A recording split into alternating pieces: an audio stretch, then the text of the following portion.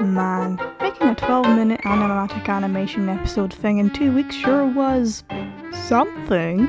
Okay, it was pretty painful near the end, but hey, I animated the thing in 12 days, which is impressive. So I will get an episode out per month. So I have double the time to work on episode 2. That's plenty of time. What could go wrong? Well, here we go again. Hello, hi. What's that? I look different.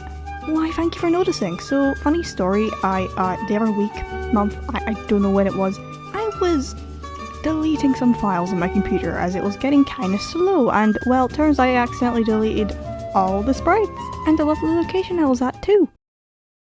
You know, maybe that isn't a very funny story, but, episode 2, that was a thing. Silly, naive, little me thought I could get it out in a month. Since, when you think about it, I wrote episode 1 out in half the time, so that should be plenty of time, right? Except when you actually go to make the episode, you realise you're dead wrong. This is kinda gonna be all over the places. Really, these are just to document my current thoughts and process of making these episodes, as I like documenting my process. It's a lot of fun. So, episode 2 took over 2 months to be fully drawn. How do I feel about that, you may ask? On one hand, I really thought I could get it out in a month. On the other hand, that's silly dog. As for episode 1, I had the episode fully made as a comic which had reference and assets to use, whereas episode 2, I had to start all the way from scratch. Except that one animation where Hoshi reaches for the moon, and a small portion of the storyboards I did for the comic version of episode 2 before I cancelled it. And I fully completed one scene of the intro for the comic. When making the episode, I was kind of in a lot of conflict with myself, as I knew that this was mostly from scratch unlike episode 1, but I kinda felt bad for the episode taking so long to make, even though I had life events like school and stuff in the way. And since the episode was taking longer to make, I actually lost motivation halfway through, and barely worked on it for a little while because I just didn't really feel like it. But eventually, after doing a couple of side projects to sort of refresh myself, I managed to finish it. Near the end of drawing, my body was like, "What's that? You can draw for hours on end without any pain? I know when you have to draw the most." For some reason, I can draw for days and days on end, and I'll be fine. But see, if I have a project and I'm the slightest bit stressed, let's just say I'm in a time crunch for an example, that's the time where my body wants to be in a lot of pain. Happened multiple times. And then after I got my motivation back, I cannot remember what happened. Or how I got it back. I think I just did. And well, little did I know what was in store. One day, after doing some other things, it was 2 PM, I went to go open the episode 2 storyboards.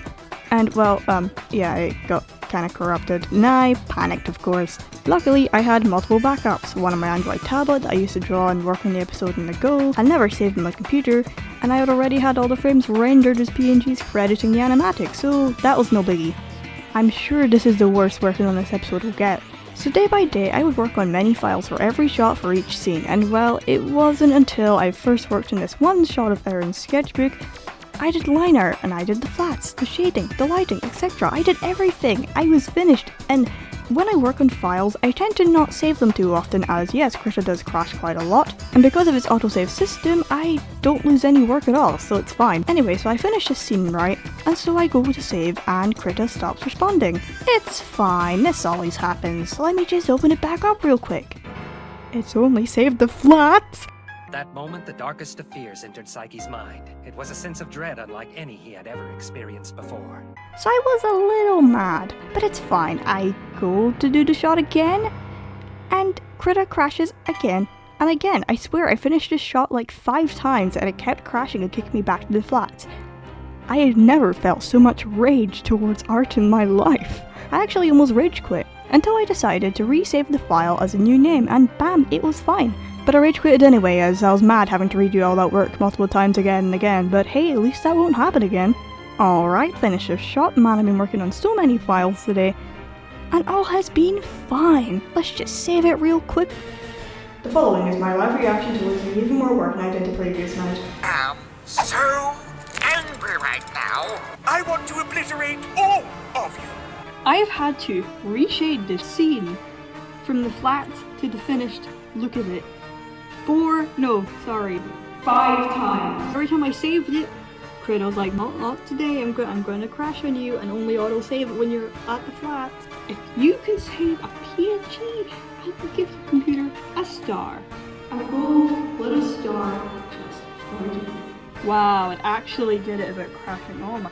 I feel really angry right now. I was almost finished this, and it was auto-saving. And what did Critter do? It crashed me while it was auto-saving. And what happened? The autosave file got corrupted. It's just a really weird thing. I don't know if it's Critter or maybe my computer's just giving up on me.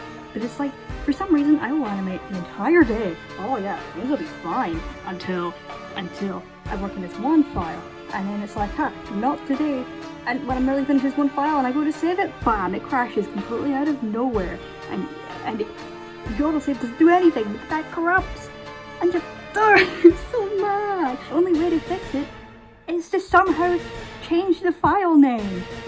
I don't know if something goes wrong with this file name, it goes all weird, but this has happened to me twice, 2 nights in a row. Like anybody in my position, I was kinda mad and very devastated and tired.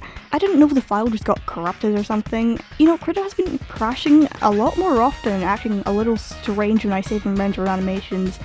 Maybe my computer's actually finally starting to give up on me. I probably need to get a more better computer, But thankfully this hasn't happened to me again since, so yeah. Near the end of production, I was thinking about another drawing software, Clip Studio Paint. I used it over a year ago for a free trial, and while I only illustrated with it, I remember having a very nice experience with it. And I wish Critter had 3D models help drawing characters faster, since the 3D model drawing reference app thing I did use locked most of its features behind a paywall. Yay. And then the vector eraser, oh man, the vector eraser! My line art in Critter can be very messy, but the vector eraser can clean lines with just one swipe. You know, these features can really help speeding up the episode progress, so out of curiosity, I just looked at Clip Studio on their website, and summer sale? £92 for the EX version? Sold! It was kind of an impulsive buy, but I don't regret it. I mean, first I was getting used to the learning curve. The animation timeline confused me a lot, but I love animating in it now. I feel my art and animations, well, the line art anyways, looks so much cleaner now than it did in Critter. But I don't like colouring in it very much. For example, this one shot I decided to do everything in it. Line art, colouring, shading, effects, all that stuff. And it took over 2 hours for a few frames. And I didn't think the colours looked as nice as it does in Critter, so I just came up with a big brain idea to combine both Critter and Clip Studio Paint together. First, I would paste the storyboards into Clip Studio Paint. Then I would animate the line art, save them as a transparent PNG image sequence, then import the PNGs in Critter and do the rest from there. I love this workflow now, it's been very fun. For episode 2 and what it contains, if it's spoiling much, Aaron decides to visit this abandoned city that splits perilous and powerful territory to draw in their sketchbook. But it gets very dark very quick and this mysterious glowy... I typed glory, and this mysterious glowy figure tries to sneak attack them. I wonder who that could be. Haha, if you know, you know. And then they meet Hoshi, who messes with him real quick before warning Aaron and Cassidy of these monsters. But don't worry guys, he's just joking. Hoshi is a bit of a jokester. Hoshi tries to convince Aaron and Cassidy to stay at this little secret hideout of his, which really isn't much, but why did he want them to stay with him? Why is he standing there menacingly? Why is he suddenly all friendly and nice? What is to be believed? You'll find out about him as the episodes go on. This episode is a bit more of a setup where you learn a little bit about the characters, why Aaron wants to see the city, foreshadowing, more questions, some answers. This is a calm before the storm, basically. But how can we believe you? The interesting is so dramatic. Watch the episode and find out. You may or may not forgive me by the end.